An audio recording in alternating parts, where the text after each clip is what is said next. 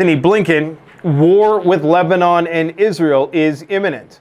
I repeat, war with Lebanon and Israel is imminent. It seems that Israel has every intention of invading Lebanon and attempting to push Hezbollah back to a river that is 40 kilometers into the southern part of that country. Now, you might be asking yourself, what the hell could this possibly have to do with us here in the West, especially out here in North America, where we are insulated by two very large bodies of water?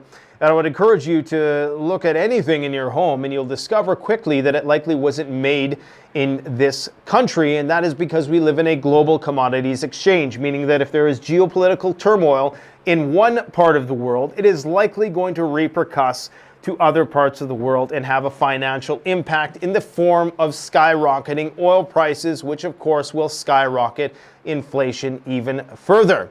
That is the best case scenario.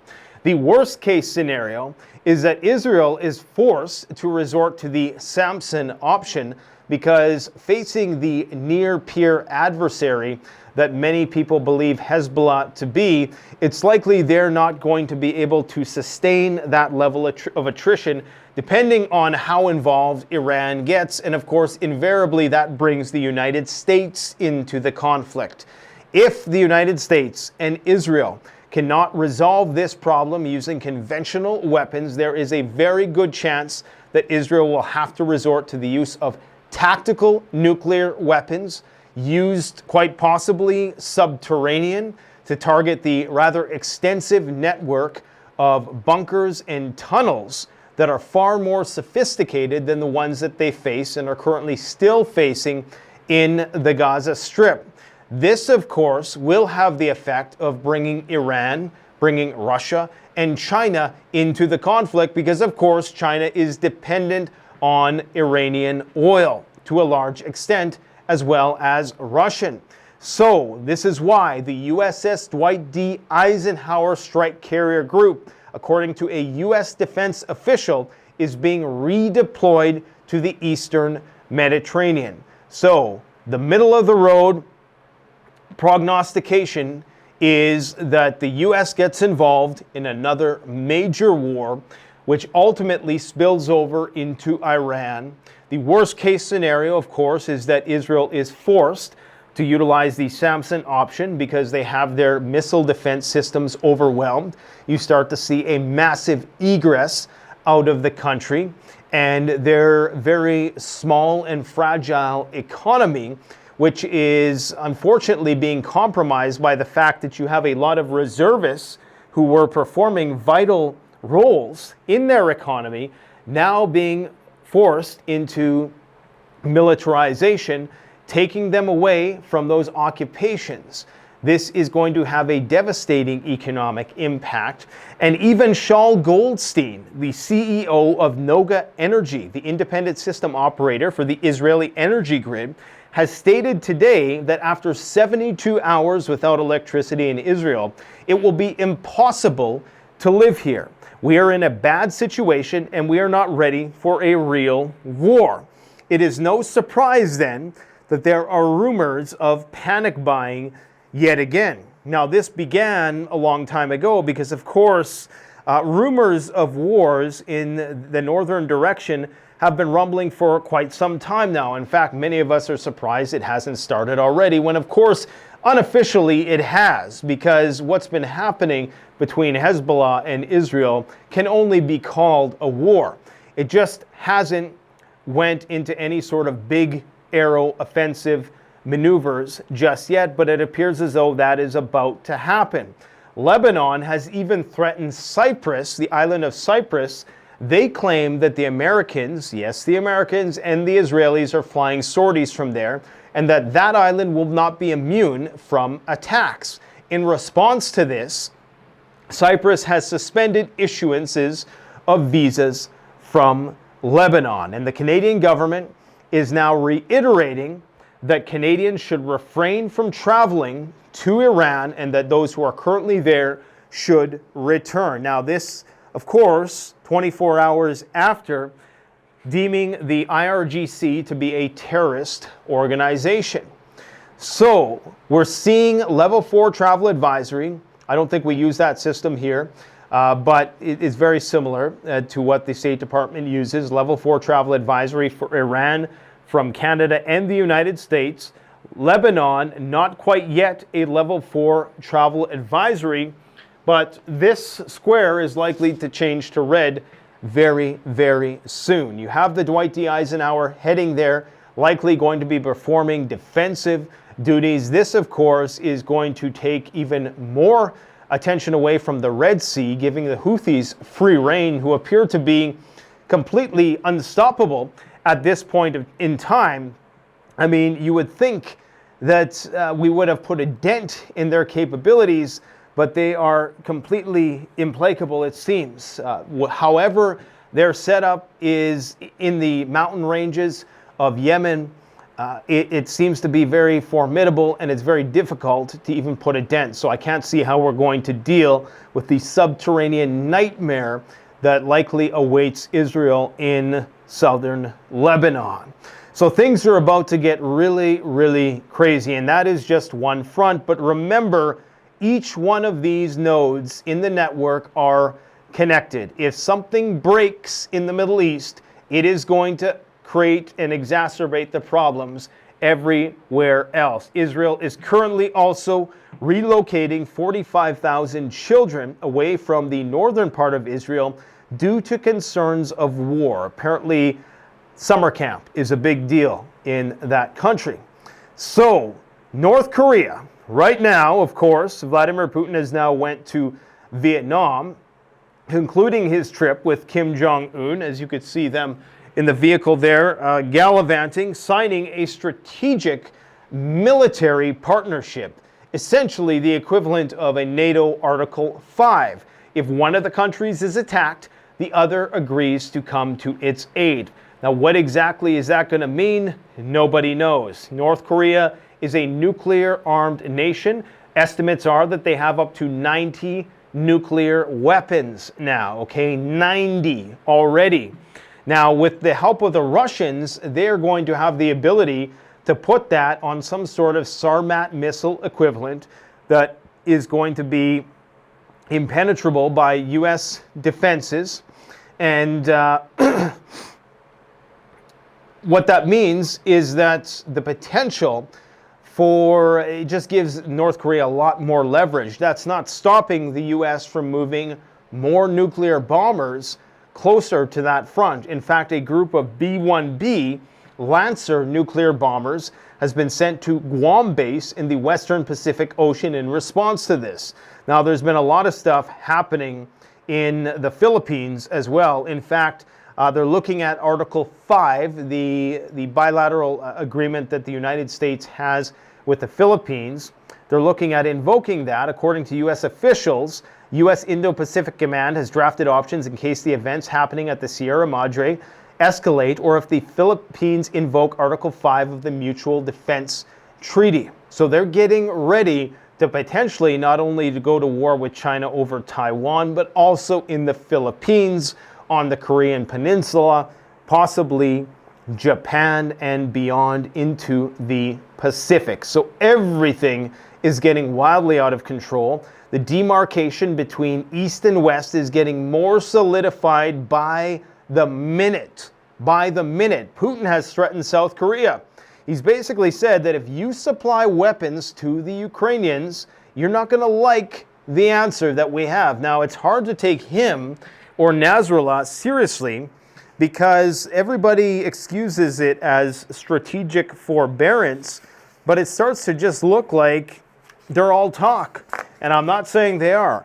You never want to assume that the guy with 5,000 nuclear weapons that you have no means of defense against is just bluffing and all talk. Because, of course, the moment that he talks, we're all probably dead. Or at least the people who haven't been prepping for this eventuality and who aren't in the wrong place at the wrong time. Lindsey Graham and Senator Blumenthal picked a great time to rock the mic once again. Lindsey Graham held a press conference today and are proposing a bill to designate Russia as a state sponsor of terrorism.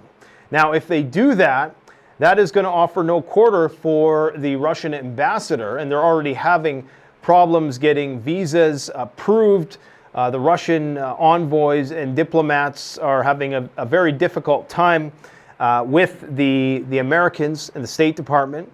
So this is going to essentially break all communications between the countries, direct communications between the countries, if this bill is actually passed. Now, I don't know how much support it is going to have moving forward, but of course it would be a major deterioration of diplomatic relations between the two countries that have the most nuclear weapons. According to Vladimir Putin in a press conference today, he said that we are aware that our potential adversaries are working on elements that will reduce the threshold for using nuclear weapons. Interesting statement. We are aware that our potential adversaries are working on elements that will reduce the threshold for using nuclear weapons. Interesting. That's why we're stating that it is possible to introduce changes to our nuclear strategy. As for the preemptive strike, we don't need it because if we respond, our enemies will be destroyed.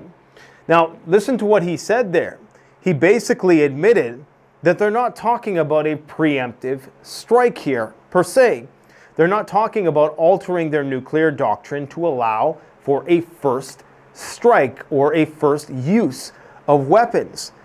It seems that he's suggesting that something else is going to be at play. And what I think it is something to do with the allowance of the use of tactical low-yield nuclear weapons under certain conditions that don't necessarily entail the imminent existential threat to the Russian Federation, which of course is number one in their nuclear doctrine. They will only use nuclear weapons when they feel that the existence of Russia is threatened. Now, that's very ambiguous because, of course, if you're taking out Russia's nuclear radars, that in and of itself could be construed as something that will contribute to their demise down the road. So, how they describe and define exactly where those boundaries are is completely ambiguous. But this is a very interesting statement by Vladimir Putin. And if you haven't really been paying attention yet, I know it's easy to kind of lose perspective of how far we have fallen here with this. But there was a time when Vladimir Putin, even when people were claiming that he was threatening nuclear weapons, never even used the word nuclear. Now it's happening on a regular basis. It seems like every day he's mentioning the use of nuclear weapons. Mike Turner has warned of a Cuban Missile Crisis in space. House Intelligence Chair has blasted the White House over Russia's space nuclear threat. Remember this? Well, it's apparently still an issue. Of course it is, right?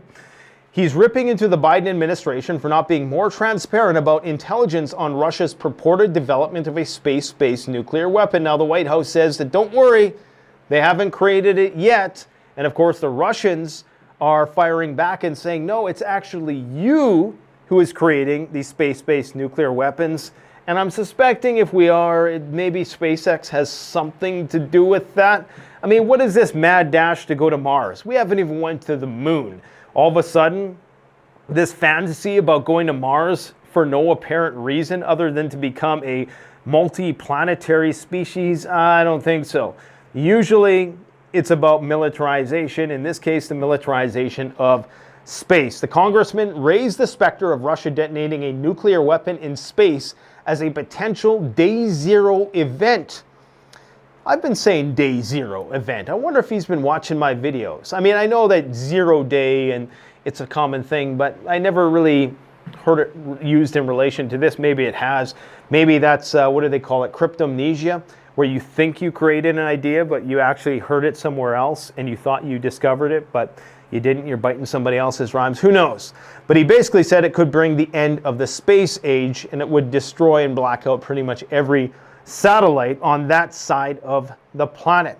The administration was willing to come forward and say that Russia is developing anti-satellite nuclear weapons, and they've confirmed this. This is not speculative, he says.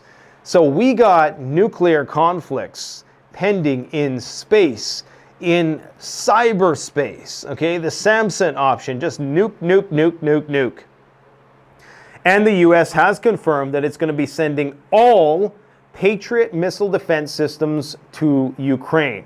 So any country that had a order in over the next 16 months, they are going to be put on back order, and they're going to be sending all of those to Ukraine. So Poland, Germany, Switzerland, and Spain are going to have to wait a little bit. Fortunately, it's not World War III yet.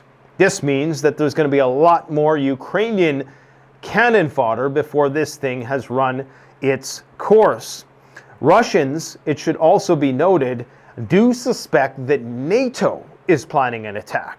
Remember the F-35s, the nuclear-capable F-35s being tucked away in bunkers, all the military Schengen corridors being planned throughout Europe, the very surreptitious war mobilization happening, the rollout of conscription in multiple countries. If you're the Russians right now, you're probably suspecting that these guys are up to something.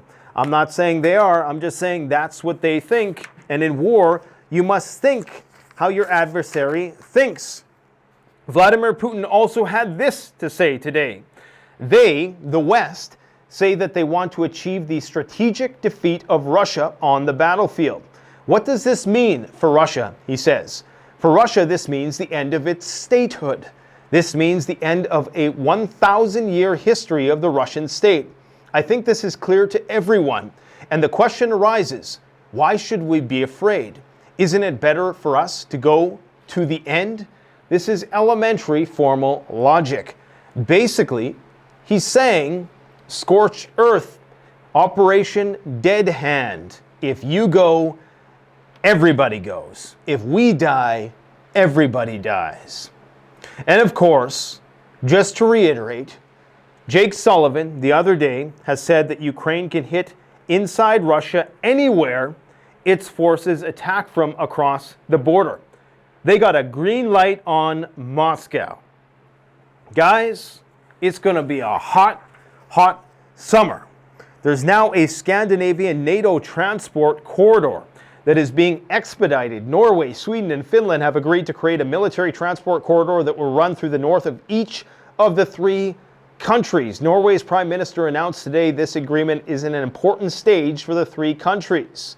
And Mark Rutte, I'm not sure if I'm pronouncing that properly, the primary F-16 proponent, and I believe one of the first countries to send F-16s to Ukraine, which any minute now you're going to hear about them in the combat zone. He is now going to be the next Secretary General of NATO, and he's also been referred to, I believe, as the Trump Whisperer. So they think that he is going to be able to sway Trump's, I think it's just bluster. He was on the All In podcast today saying that he thought that NATO encroachment is what provoked the conflict in Russia, and of course he is 100% correct about that. But remember, politicians will say any and everything to get elected, and once they bring them into the scary back room, you can bet, you can be certain that he is going to play whatever sort of game. And here's the thing. It may well have been the case that a guy like Trump would have prevented the conflict from ever getting to this point. But when you put a dangerous situation like this in a person's like that's lap, if we even really believe that he is beyond the deep state's clutches, then it's almost more dangerous because, of course, now you have a situation where it's much more volatile. Maybe in a situation where it's less volatile, that sort of a style of governance would be more preventative. But I question how effective it is going to be in a situation where it's already volatile. And remember what Vladimir Putin said.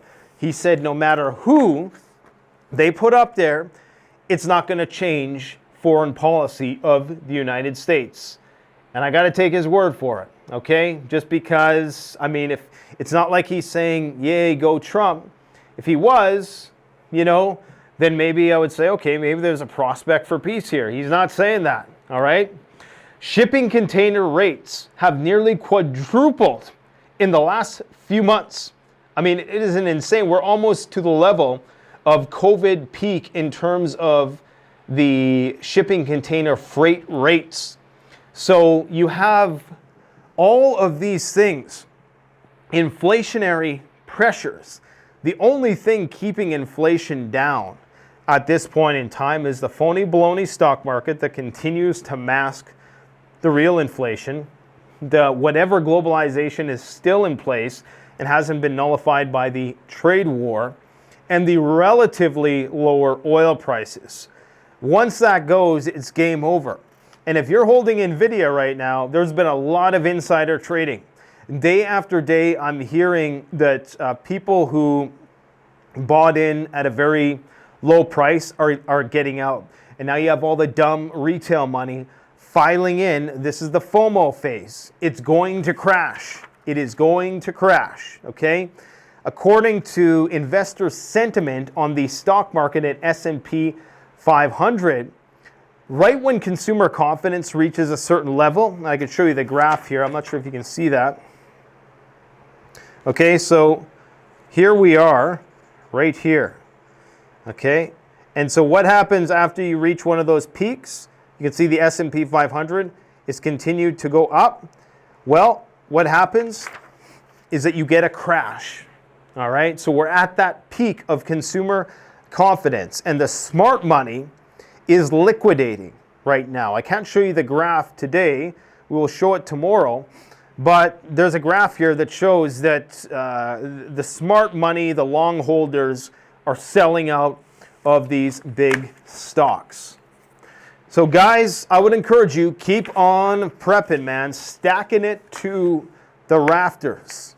Because we're entering a period where things can just spiral out of control. We're not entering, we've been in a period for a long time where things could easily spiral out of control very rapidly. And I do suspect that any hour now, the war between Lebanon and Israel is going to start. It's probably not going to be referred to as such. It will be diminished in terms of how it's presented. It will be branded as a small scale and limited exchange, but the reality is it will be the beginning of something much, much bigger, and that could be the Black Swan event that causes the beginning of the precipitous collapse of the global financial system, as well as many other things. I heard today that the pilgrimage, was it the pilgrimage to Mecca?